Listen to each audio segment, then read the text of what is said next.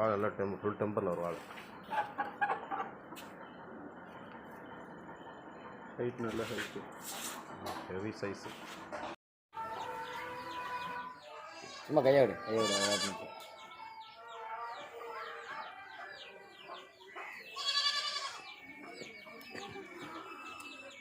நாளில் அப்படியே விடு.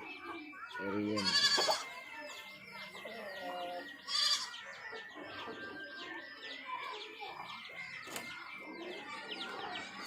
சாலக்கில் விடு.